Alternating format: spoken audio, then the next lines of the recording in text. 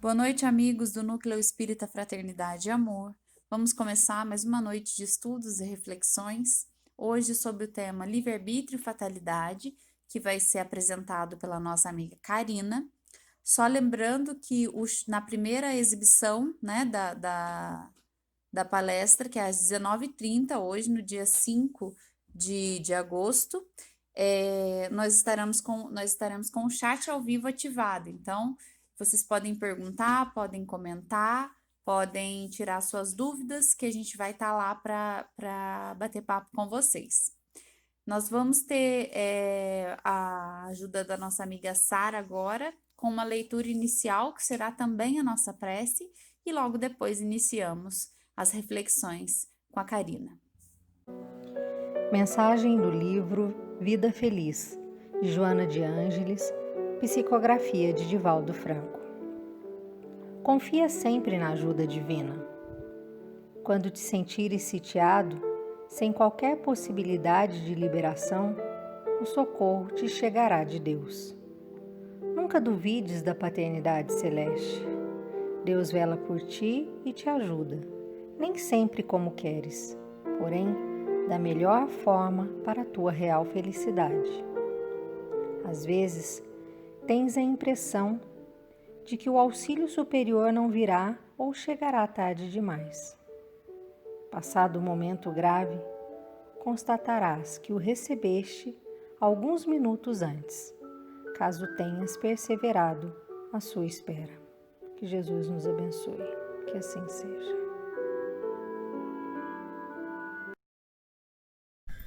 Boa noite, pessoal. Mais uma vez estamos aqui, né? Mais uma quarta-feira. E dessa vez a gente vai falar um pouquinho sobre o livre-arbítrio, né? Como diz meus pacientes, que a gente não deveria ter livre-arbítrio, que eles não sabem lidar com o livre-arbítrio. Então vamos entender, né? Um pouquinho o que é o livre-arbítrio. Eu até coloquei uma fala aqui, né, do Chico. Somos livres para decidir sobre nossos atos, muito embora nos tornemos escravos de suas consequências. E eu acho que essa frase é uma frase bem forte, né? Porque a gente é livre sim, mas a gente tem que pensar muito nas nossas escolhas, porque podemos nos tornar escravos dela para sempre, né? O que é o livre-arbítrio, né? Lá no livro, né, As Leis Morais, do Rodolfo Caligares, ele fala pra gente que o livre-arbítrio é a faculdade que tem o indivíduo de determinar sua própria conduta, né? Então, ele tem liberdade, né, para fazer as suas escolhas através, né, da sua conduta moral. Ai, gente, desculpa. O livre-arbítrio é sempre proporcional à condição evolutiva do ser. E olha que interessante, né? Essa frase. Será que, né, é verdade isso mesmo? O que será que vai nos falar, né, lá no livro dos Espíritos sobre isso, né? Será que o nosso livre-arbítrio é proporcional à nossa condição mesmo? Então, será que as nossas responsabilidades, né? Quanto mais evoluído a gente é, mais responsabilidade a gente vai tendo. Então, o que a gente precisa entender, primeiramente, em relação ao livre-arbítrio? Eu tenho que fazer 3 perguntas, basicamente. Quero, posso, devo. Por quê?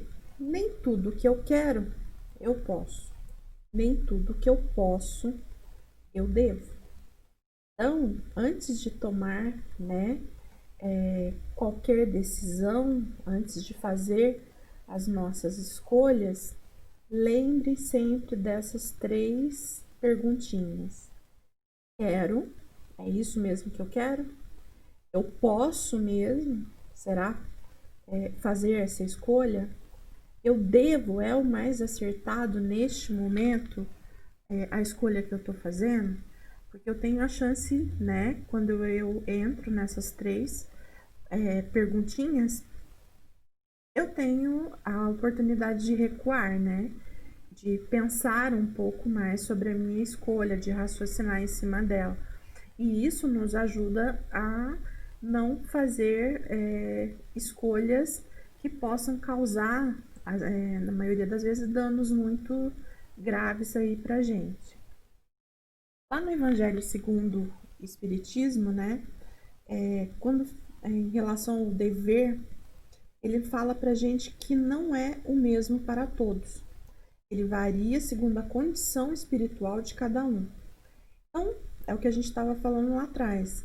Ele confirma aqui pra gente: quanto mais inteligente e mais conhecimentos tem o homem, aumentam em profundidade seus deveres para consigo próprio, para com os outros, para com Deus, pois o dever nasce dela, da razão, como o filho nasce da mãe. Olha que bonito isso, né? Olha que forte, né? Essa frase, né? Quanto mais inteligente e conhecimento tem o homem, aumentam em profundidade os seus deveres com ele mesmo, né? Com os outros e para com Deus. Então, as nossas escolhas acabam abrangendo, né? Outras pessoas, outras situações. Mais inteligente, mais deveres. Mais inteligente, maior o livre-arbítrio. Até porque, por que é maior esse livre-arbítrio? Porque eu disponho de maior conhecimento. Então, eu tenho, né, uma bagagem para que eu possa fazer escolhas mais assertivas, né? E tem, né, lá no Evangelho de Lucas, no capítulo 12, no versículo 48, Jesus nos fala: a quem mais for dado, mais será cobrado. E eu acho que a gente às vezes não para pensar um pouco, muito sobre isso, porque a gente tem sempre aquela sensação de que não foi nos dado muito, né? Então a gente acaba sendo meio injusto, né? A gente olha sempre como se a gente estivesse constantemente com menos, né? Então a gente tem que tomar muito cuidado, porque às vezes a gente tem muito, né? A gente recebe muito, a gente tem a nossa inteligência, e com isso eu tenho muito mais deveres frente ao meu livre-arbítrio, né? Ele ainda fala assim: o homem pode abrandar ou aumentar o amargor das suas provas, né? Das suas escolhas, pela maneira de encarar a vida terrena. Então, a forma como eu olho as situações, né? Porque às vezes a gente tem o hábito de olhar as situações por um ângulo que nos favorece. Então, eu tenho que tomar muito cuidado com isso. O resultado da maneira espiritual de encarar a vida, né? A escolha, é a diminuição da importância das coisas mundanas, a moderação dos desejos humanos, fazendo o homem contentar-se com a sua posição, sem invejar a dos outros e sentir menos os seus reveses e decepções. Olha que interessante. Ele adquire assim uma calma e uma resignação tão úteis à saúde do corpo quanto da alma. Enquanto, com a inveja, os ciúmes e a ambição, entregam-se voluntariamente à tortura, aumentando as misérias e as angústias, né, da nossa curta existência. Porque por mais que pareça, né, longa, a nossa existência passa muito rápido. Então eu tenho que, de alguma forma, né, tá me policiando. Será que a maneira como eu estou encarando a vida aqui na Terra, será que eu estou olhando de uma forma correta? Será que eu não estou, né, de certa forma, adquirindo novas situações de resgate para o futuro? No livro Nos Espíritos, né, na pergunta 843, Kardec perguntou aos espíritos: tem o homem o livre arbítrio de seus atos? Aí os espíritos responderam para ele: pois quem tem a liberdade de pensar tem igualmente a liberdade de obrar. Sem o livre-arbítrio, o homem seria uma máquina. E é verdade, né? O que nos difere dos animais é que a gente pensa, né? Nós temos um raciocínio, nós temos a inteligência. Então a gente tem condições, né, de elaborar as situações, as nossas obras serem maiores. E se a gente não tivesse isso, a gente seria uma máquina. Do livre-arbítrio goza o homem desde o seu nascimento? Kardec perguntou para eles. A liberdade de agir, desde que haja vontade de fazê-lo, nas primeiras fases da vida é quase nula. É a liberdade que se desenvolve e muda de objeto com o desenvolvimento das faculdades. Estando seus pensamentos em concordância com a sua idade, reclama, a criança aplica o livre-arbítrio àquilo que lhe é necessário. Depois eu fiz até um esqueminha aqui, né, para a gente entender melhor, né, como é que funciona essa evolução do livre-arbítrio, né. Quando a gente é criança, a gente está na anomia, né. Eu não tenho ainda a minha autonomia, eu sigo alguém. Quando eu entro na adolescência, eu estou numa heteronomia, então eu estou um misto. Ora, eu tenho princípios de agir com a minha autonomia, ora eu ainda preciso da orientação dos pais. E já na vida adulta, nós ganhamos, né, a tão sonhada autonomia, né? Porém, quando eu ganho a minha autonomia, eu tenho que entender que eu também sou muito responsável por ela, né? A maioria das pessoas ganha autonomia, mas adora jogar, né, as situações, né, que acontecem na vida dela para outras pessoas, né? Eu quero a autonomia para quando dá tudo certo. Quando as coisas dão errado, aí eu jogo a culpa no outro. Aí foi o outro que me levou, né, a fazer isso. Aí eu tenho um comportamento que adolescente, porque o adolescente faz muito isso, esse movimento. Então, menos conhecimento, né, mais conhecimento, mais livre-arbítrio. Outra situação também em relação ao livre-arbítrio, né? Eu pus aqui, né, o livre-arbítrio e a gente tem dois passos: o estado espiritual, né, e o estado dos encarnados.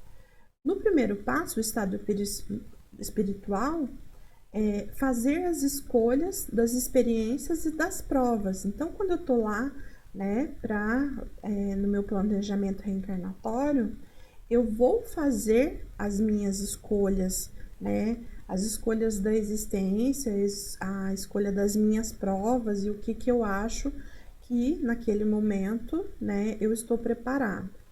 No segundo momento, eu venho para o estado de encarnado, né? Então, é o quê? É pegar essas provas, né, que eu escolhi e, de certa forma, elaborar para superar esse problema, né? Essa prova que a gente adquiriu. Então, é o quê? Faculdade de ceder ou resistir aos arrastamentos a que todos nós estamos voluntariamente, né, submetidos. Então, seria de uma forma mais grosseira conter os meus impulsos para que eu consiga passar por essas provas, né, e consiga evoluir, né, espiritualmente. Ou seja, liberdade para raciocinar, liberdade para agir, liberdade para escolher que rumo queremos dar à nossa vida. Então, é esse o movimento que a gente está aqui na Terra, né? Eu sou livre para pensar o que eu quero, eu sou livre para agir, eu sou livre para escolher o rumo que eu quero dar, né, na minha vida. Lá no Livro dos Espíritos, na pergunta 851, o Kardec pergunta: haverá fatalidade nos acontecimentos da vida? Quer dizer que todos os acontecimentos são pré-determinados? E neste caso, o que vem ser livre-arbítrio? Aí eles responderam, né, ao Kardec: a fatalidade existe única unicamente pela escolha que o espírito fez ao encarnar, desta ou daquela prova para viver. Escolhendo-a, institui para si uma espécie de destino, que é consequência mesma da posição em que vem achar-se colocado. Falando das provas físicas, pois, pelo que toca às provas morais e às tentações, o espírito, conservando o livre-arbítrio quanto ao bem e ao mal, é sempre senhor de ceder ou resistir. Então, ele nos diz aqui, né, que eu posso escolher, sim, né, reencarnar e passar por um movimento de fatalidade, né, que é, teoricamente, o destino, né, que a gente escolheu. Isso do livre-arbítrio, né, da fatalidade relacionada às provas físicas, realmente foi, né, uma escolha do espírito ao reencarnar, porém, ele deixa muito claro, né, pelo que toca às provas morais e às tentações, o espírito, conservando o livre-arbítrio quanto ao bem e ao mal, é sempre senhor de ceder ou resistir. Então, está nas nossas mãos, né, a escolha na qual nós vamos fazer nesse sentido. Então, o livre-arbítrio, né, são as escolhas. Eu posso escolher tanto o caminho do bem como o caminho do mal. No caminho, quando eu faço a escolha pelo caminho do bem, eu trilho, né, a evolução, a felicidade, o crescimento. Quando eu trilho o caminho do mal, eu vou passar para onde? Para o sofrimento, culpa e arrependimento. Quando eu estou no caminho do bem e eu faço esse movimento de evolução, de felicidade, eu crio novas experiências. Quando eu fico preso no caminho do mal, o que acaba acontecendo? Eu acabo repetindo essa situação. Lá na questão 964, né, tem uma falinha, né, isso aqui é um simbolismo da questão. E lá Jesus fala pra gente, lá no Evangelho de Mateus, faz aos outros aquilo que queres que faça a ti. Então, né, isso é um prenúncio para a gente ver se a gente quer escolher o bem e o mal. Espíritas, amai-vos, este o primeiro ensinamento, instruí-vos, este o segundo. O espírito, né, de verdade. Então, a educação, cabe à educação combater as más tendências na natureza moral do homem, né? É a questão 872 do Livro dos Espíritos. Pelo conhecimento e pela prática das leis morais, né, o espírito consegue modificar suas tendências, tal qual é possível modificar a inteligência através da instrução. Então, por isso que a gente tem que estar sempre educando os nossos filhos desde muito pequeno, trilhando com eles, né, um caminho, né, de espiritualidade, para que eles possam estar sendo, de alguma forma, educados para tentar modificar certas tendências que eu não vou perceber quando é pequeno. Mas se eu começar a fazer isso desde muito novinho, né, a chance de modificar esse espírito, que ele vai vir, né, com tendências, e isso todos nós vamos ir, vai ser muito mais fácil para ele conseguir, de certa forma, a não se deixar cair, né, nas provações que ele tem que passar. No Livro dos Espíritos, né, na pergunta 872, resumo teórico móvel das ações humanas, livre-arbítrio. Sem o livre-arbítrio, o homem não teria nem culpa por praticar o mal, nem mérito por praticar o bem. Olha que interessante. Nenhuma desculpa poderá, portanto, o homem buscar para os seus delitos. Então, se eu não tivesse esse movimento de livre-arbítrio, eu não estaria preocupado nem com o que eu faço de bom, nem com o que eu faço de mal. Então, de certa forma, né, veio para nós para que a gente possa ser responsável pelo que a gente faz. Olha que interessante, né? Deus sabe muito bem o que faz, sabia que a criatura ia vir com esse probleminha, né? Aí ele falou, não, vou te dar um negocinho ali para te ajudar a consertar, né? Que chama livre-arbítrio. E aí eu quero ver você negar que foi você que fez. Quero ver você falar que foi seu vizinho que cometeu o problema. Não nos compete, então, ainda auxiliar aos irmãos de caminhada na medida em que sejam eles nossos pais, mães, esposos, filhos, amigos, irmãos, quem quer que seja, assim como Cristo fez, né, na sua passagem. Então, de certa forma, nós todos somos responsáveis de forma direta ou indireta pelo crescimento, né, pela caminhada evolutiva das pessoas que nos cercam, né. Por isso que eu tenho que olhar, né, quando a pessoa apresenta características que eu não gosto, que me incomodam profundamente, eu tenho que olhar esse irmão como um irmão que precisa de uma ajuda, né, que eu preciso de alguma forma estar ali ajudando para que ele possa enfrentar esse movimento, né, evolutivo. O livre-arbítrio significa ser responsável por determinação, responder pelas suas atitudes, né? Que isso é uma coisa bem difícil para a maioria. Assumir experiências pessoais e atingir a real compreensão dos acertos e erros. Então, eu não vou negar que eu erro, eu só vou entender por que errei, né? Por que eu cheguei a fazer isso? E por que eu não consegui fazer de uma forma diferente para tornar mais assertivo? Por isso que a gente sempre fala, vou aprender com os meus erros, né?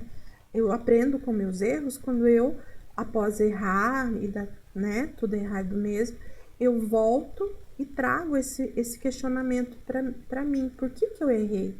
Por que eu fui por esse caminho? Por que eu trilhei esse movimento? Decidir por si mesmo, decidir para onde ir e descobrir a razão do próprio querer. Então, a gente não se deixar envolver, muitas vezes, pelo querer do outro. Às vezes, eu sou frágil, né? Acho que eu tenho que estar voltado para as outras pessoas, porque as pessoas acham que elas pensam, e eu acabo passando por cima dos meus próprios valores. E isso é errado, porque muitas vezes eu acabo cometendo erros que não estão baseados nos princípios que eu carrego dentro de mim. Mas eu fico com medo de desagradar o outro. Então, eu tenho que decidir, tenho que ser firme nas minhas escolhas. Lá no livro As Dores da Alma, né, ele fala assim, não existem vítimas da fatalidade. Nós é que somos os promotores do nosso destino. Somos a causa dos efeitos que ocorrem na nossa existência. Nós somos o produto das nossas escolhas. Eu acho muito legal. Somos a causa dos efeitos que ocorrem na nossa existência. Olha que interessante. Quando selecionamos um determinado comportamento cujo resultado é possível prever, estamos também escolhendo este mesmo resultado e, obviamente, devemos aceitar a responsabilidade sobre tal. Então, novamente, está falando para a gente, eu fiz a minha escolha, eu tenho que bancar a minha escolha.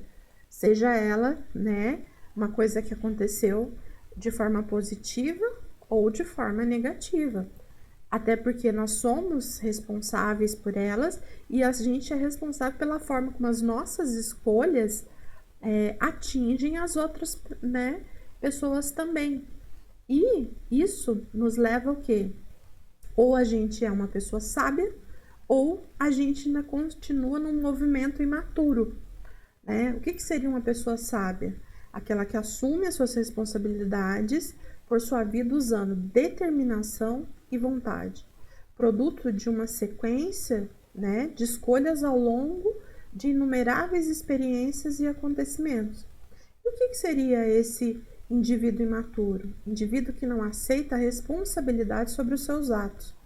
Constantemente cria álibis e recorre a dissimulações, culpando os outros, produto de estagnação ao longo da experiência, fruto do medo e da falta de vontade e determinação.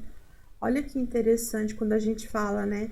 Olha como é que você está agindo, você está sendo imaturo, você não tem responsabilidade sobre as suas escolhas, você não assume o que você fez, né? Mas a gente não assume por quê? Porque a gente passou a ser fruto do medo, da falta de vontade e da determinação, né? Coragem de enfrentar as minhas próprias escolhas. Então, né, o Homer Simpson falou assim, né, pra gente, né? A culpa é minha, eu coloco ela em quem eu quiser. Então, é um auge aí da imaturidade, né, evolutiva. Então, eu trouxe aqui para vocês, né, vamos fazer um pequeno testezinho com algumas perguntas para a gente ver, né, como é que a gente está em relação ao nosso livre-arbítrio. E as crenças diárias, né, que a gente acaba criando e que agem sobre as nossas escolhas. Então, a primeira dela é: qual o grau de influência da opinião alheia sobre os meus atos e atitudes? Será que a fala dos outros tem um peso muito grande em mim? Como é que será que eu estou pensando sobre isso? Quais crenças cooperam para o bem-estar interior?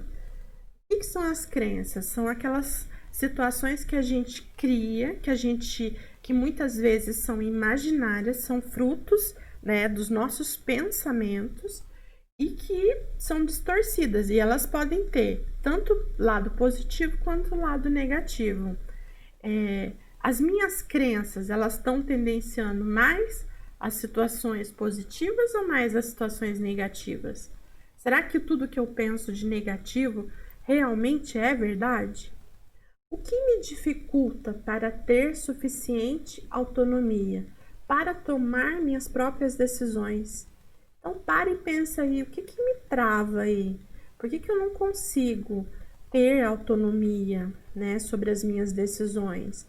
Quais são os medos? O que me amarra, né, muitas vezes em situações, em outras pessoas, né? O que me prende, que eu não consigo acreditar que eu posso ter autonomia suficiente para seguir sozinho? O que me impede de desfrutar uma vida plena, né? Pare aí. Primeira pergunta que eu acho que você deve fazer é: o que é uma vida plena para você? Por que costumo fingir para agradar os outros?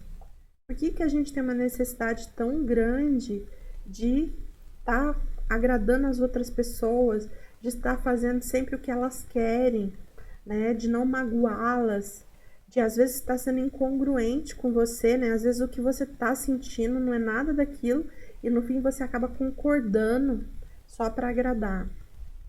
Qual a razão de manter minha reputação alicerçada em um modelo exemplar? Qual é a razão? Já pararam para pensar? Meus conceitos facilitam a minha autoconfiança? Será que o que eu trago ali, né, os conceitos que eu trago, eles facilitam eu a ser uma pessoa mais confiante? Ou será que eles me deixam mais frágeis, que me fazem a acreditar cada vez menos em mim? E será que esses pensamentos, esses conceitos, né, não são conceitos que eu criei na minha mente e que na verdade são distorcidos, não são reais, né? Não são situações reais para mim, mas que acabam travando a minha vida de alguma forma? Então, ó, fica a dica, né? Para você ver, né, como é que as crenças diárias que a gente tem, né, de certa forma acabam influenciando, né, muito nas suas escolhas, muito no seu livre-arbítrio.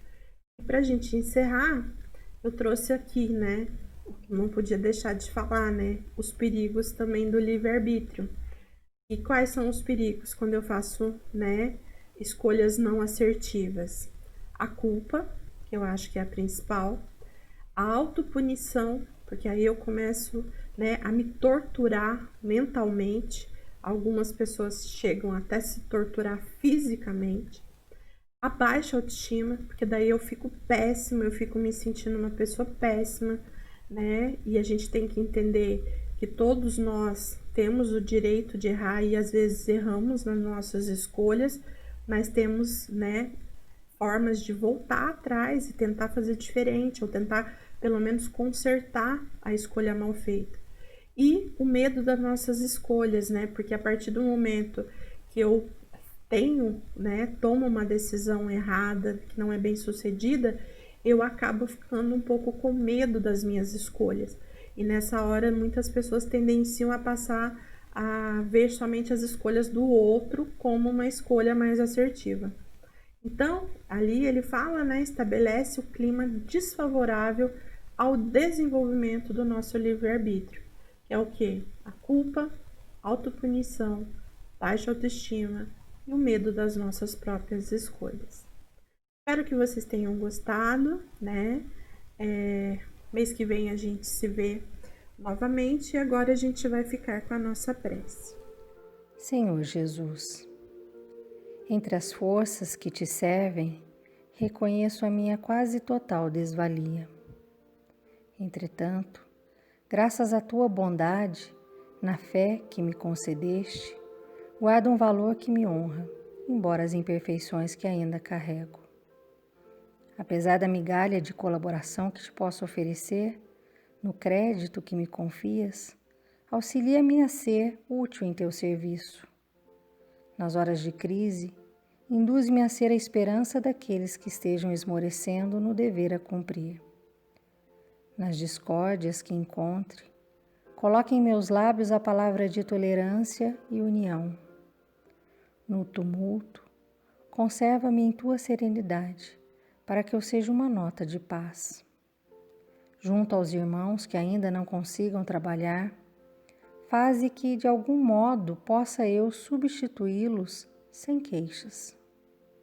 Em minhas necessidades atendidas, não me consintas menosprezar os companheiros que ainda não disponham dos recursos que me emprestas.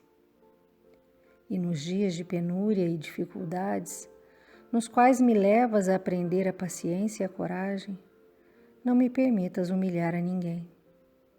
Senhor, ensina-me a ser o pensamento que modela o bem, o sentimento que compreenda e perdoe, o olhar que vê sem malícia, o ouvido que escuta aspereza sem transmiti-la aos outros, a mão que trabalha e protege, e a voz que esclarece e abençoa, sem azedume ou condenação. Servir é o único meio de renovar-me, segundo os teus ensinamentos. Ajuda-me a agir e servir sem qualquer ideia de cansaço ou compensação. E, se não posso ombrear com as inteligências que se transformam em chamas de teu amor para engrandecerem a vida, deixa, Senhor, que eu seja entre os irmãos de experiência e de provas um pequenino raio da tua luz. Oração de sempre, de Meimei, psicografia de Chico Xavier.